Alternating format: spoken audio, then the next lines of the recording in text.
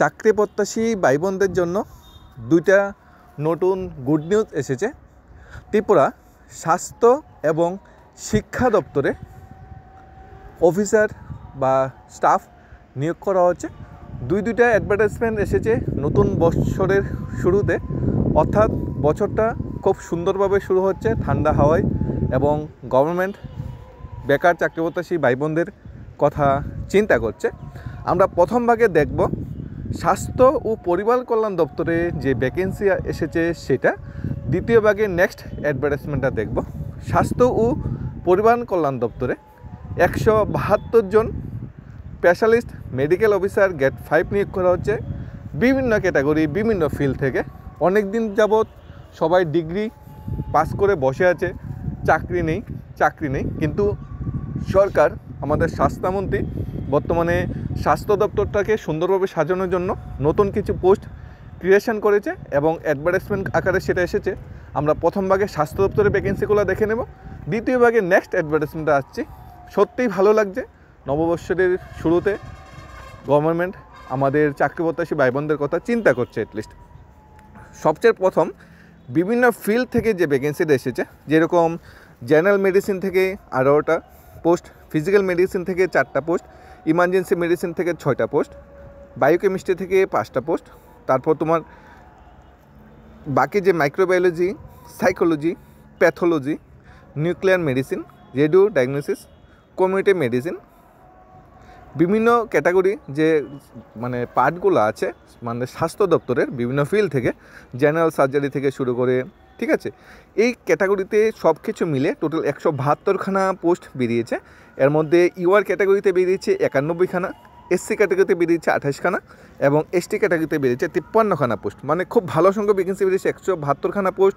Officer লেভেলে বিরাট বড় ব্যাপার। এও গেট পে দেওয়া হয়েছে 6600 তোমাদের লেভেল 14 অনুযায়ী, অর্থাৎ ইনিশিয়াল যে তোমার বেসিক 57,300 সাথে যদি আমরা ডিএ যোগ করি 30%, এইচআরএ বা আইএমএ যোগ করি, এ সব কিছু মিলে স্যালারি, ইনিশিয়াল স্যালারি প্রায় 80 to 90,000 হয়ে যাবে। অর্থাৎ একটা সুখবর, একটা সুচিন্তা সরকার নিয়ে এসেছে মেডিকেল সেক্টরে সুন্দরভাবে সাজানোর জন্য। আমরা প্রায়ই সময় দেখি মেডিকেল সেক্টরে staff shortage, technical staff shortage, সব শর্টেজের স্বাস্থ্য ব্যবস্থাটা মানে ঢেলেমুলো অবস্থায় পড়ে গিয়েছিল। কিন্তু বর্তমান স্বাস্থ্যমন্ত্রী স্বাস্থ্য দপ্তর সাজানোর জন্য এই ভ্যাকেন্সিগুলো নিয়ে এসেছে।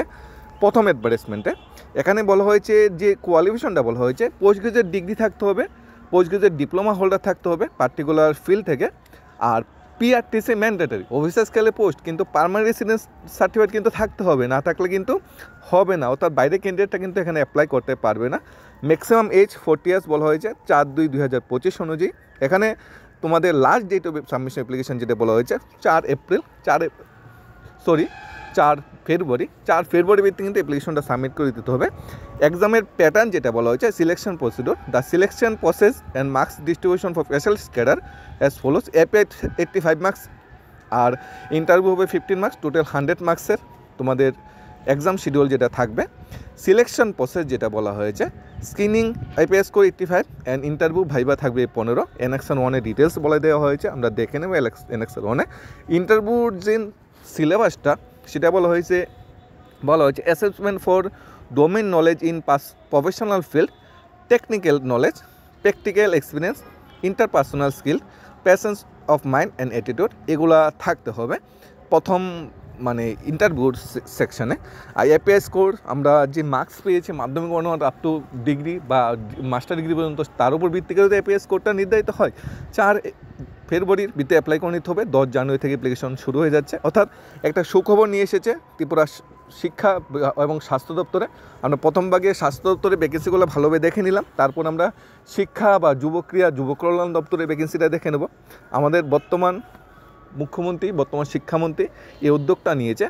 এপিএস করে যে মার্কসটা বলা হয়েছে, এমবিবিএস ডিগ্রি থেকে 40 মার্কস নেওয়া হবে, পোস্ট গ্রাজুয়েট ডিপ্লোমা থেকে 35 মার্কস নেওয়া হবে, পাবলিকেশন থেকে 10 মার্কস নেওয়া হবে। টোটাল এই যে মার্কসের ডিস্ট্রিবিউশনটা বলা হয়েছে 85 মার্কস কোথায় থেকে আসবে? এমবিবিএস ডিগ্রি থেকে 40 marks, PG MD MS diploma degree থেকে 35 marks, publication of total course থেকে 10 মার্কস, টোটাল 85 মার্কসের এখানে আমাদের যে এক্সাম প্যাটার্নটা সেটা হবে। অনলাইন অ্যাপ্লিকেশন করতে হবে, অনলাইন অ্যাপ্লিকেশন 10 জানুয়ারি শুরু হয়ে যাচ্ছে, অর্থাৎ 10 জানুয়ারি থেকে তোমাদের এপ্রিল ফেব্রুয়ারির 4-এর ভিতরে অ্যাপ্লিকেশনটা সেরে নিতে হবে। এখন আমরা ধীরে ধীরে দ্বিতীয় ভ্যাকেন্সিটা দ্বিতীয় অ্যাডভার্টাইজমেন্টে চলে যাচ্ছি, যেটা টিপিএসসির মাধ্যমে বেরিয়েছে।